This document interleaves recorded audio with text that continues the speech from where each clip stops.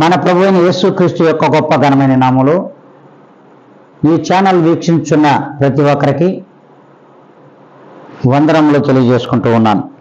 ఈ దినం దేవుడు మనకిచ్చిన నూతనమైన వాగ్దానం, అది లూకా శుభవార్త 14వ అధ్యాయము 11వ లేఖనము.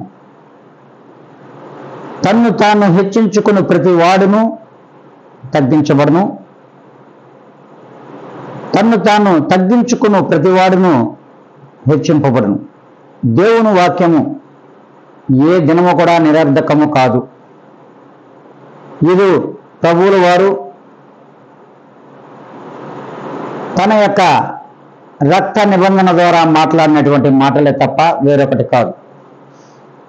ఈ లోకంలో ఎవరైతే తన్ను తాను హెచ్చుగా గొప్పగా చేసుకుని మాట్లాడుకుంటాడో వాడు ఈ లోకములోనూ పరలోకములోనూ తగ్గింపబడతాడు. ఎవరైతే తన్ను తాను ఈ లోకములో తగ్గించుకొని మాట్లాడుకుంటారో, తన్ను తాను తగ్గించుకొని జీవిస్తాడో, తల వంచుకొని జీవించగలిగిన ప్రతి వాడు కూడా ఈ లోకములోనూ పరలోకములోనూ హెచ్చింపబడతానని వాక్యం స్పష్టంగా ఈ దినమున తెలియజేస్తుంది. అట్టి వాక్యమునకు మనము లోబడి ఉన్నామా? వాక్యమునకు నువ్వు ఏ దినమైతే లోబడతావో,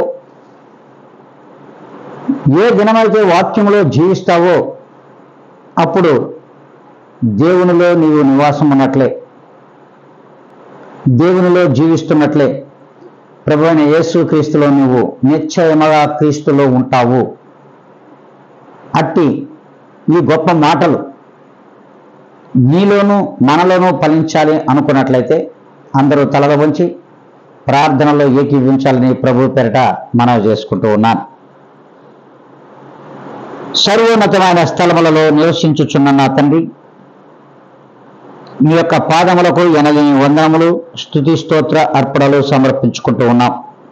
ప్రభా, మీరు ఇచ్చిన ఈ గొప్ప వాగ్దానం ఈ ఛానల్ వీక్షించున్న ప్రతి బిడ్డలో నిశ్చయముగా ఫలింపచేయమని, వాక్యానుసారమైన జీవితంలోకి ప్రతి ఒక్కరిని నడిపించమని బ్రతిమలాడుకుంటూ, సమస్తమైన ఘనతయు మహిమయు ప్రభావం మీరు పొందమని నన్ను నేనుగా మీ పాదధూళిగా తగ్గించుకొని యేసుక్రీస్తు నామములో అడిగి వేడుకొని ప్రార్థిస్తున్నాను మా తండ్రి.